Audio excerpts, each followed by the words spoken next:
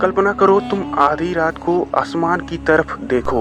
अचानक एक चमकदार रोशनी पूरे आकाश को चीर देती है। तुम्हें लगता है जैसे सूरज अचानक धरती के बिल्कुल पास आ गया हो। कुछ मिनटों में सब कुछ खत्म। यही है कॉस्मिक ब्लास्ट। कॉस्मिक ब्लास्ट यानी ब्रह्मांडीय विस्फोट। एक ऐसा धमाका जिसमें इतनी ऊर्जा निकलती है कि हमारा पूरा सूरज अपनी पूरी उम्र में भी उतनी ऊर्जा पैदा नहीं कर सकता। वैज्ञानिक इसे गामा रे बर्स्ट कहते हैं। ये विस्फोट कुछ ही सेकेंड में अरबों सालों की ऊर्जा छोड़ देते हैं। मान लीजिए आप पूरी पृथ्वी पर मौजूद हर न्यूक्लियर बम को एक साथ फोड़ दें तो भी कॉस्मिक ब्लास्ट की शक्ति उससे करोड़ों गुना ज़्यादा होगी। कॉस्मिक ब्लास्ट तब होता है जब कोई विशाल तारा अपने ही ग्रेविटी से दबकर ब्लैक होल बन जाता है। उसकी आखिरी सांस के साथ दो शक्तिशाली गामा रे बीम्स निकलती हैं जो सीधी किसी दिशा में करोड़ों प्रकाश वर्ष तक जा सकती हैं। सोचिए, अगर ये बीम हमारी धरती की तरफ आ जाए तो पूरी धरती सिर्फ कुछ सेकंड या कुछ मिनटों में ही झुलसकर खत्म हो जाएगी।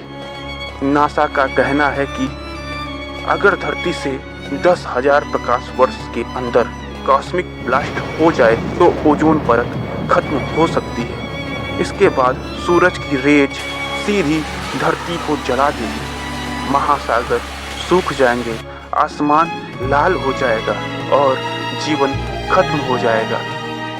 एग्जाम्पल, लगभग 450 मिलियन साल पहले धरती पर 70% से ज़्यादा प्रजातियां अचानक गायब हो गई। कई वैज्ञानिक मानते हैं कि इसका कारण एक कॉस्मिक ब्लास्ट हो सकता है जिससे वातावरण नष्ट हो गया।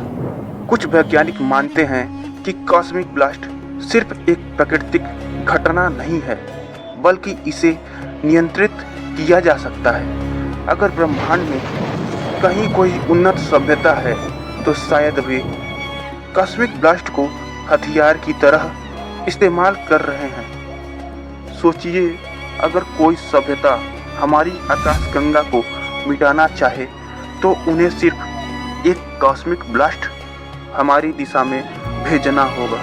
कल्पना करो, आप मोबाइल पर स्क्रॉल कर रहे हैं। अचानक आसमान में एक चमक दिखती है। कुछ ही सेकंड में आपके मोबाइल की स्क्रीन सफ़ेद हो जाती है। आपके आसपास सब कुछ जलने लगता है। कोई अलार्म नहीं बजेगा, कोई चेतावनी नहीं मिलेगी, बस पल भर में सब खत्म। क्योंकि कॉस्मिक ब्लास्ट की स्पीड प्रकाश की गति होती है। मतलब जब तक हमें पता चलेगा हम पहले ही मिट चुके होंगे।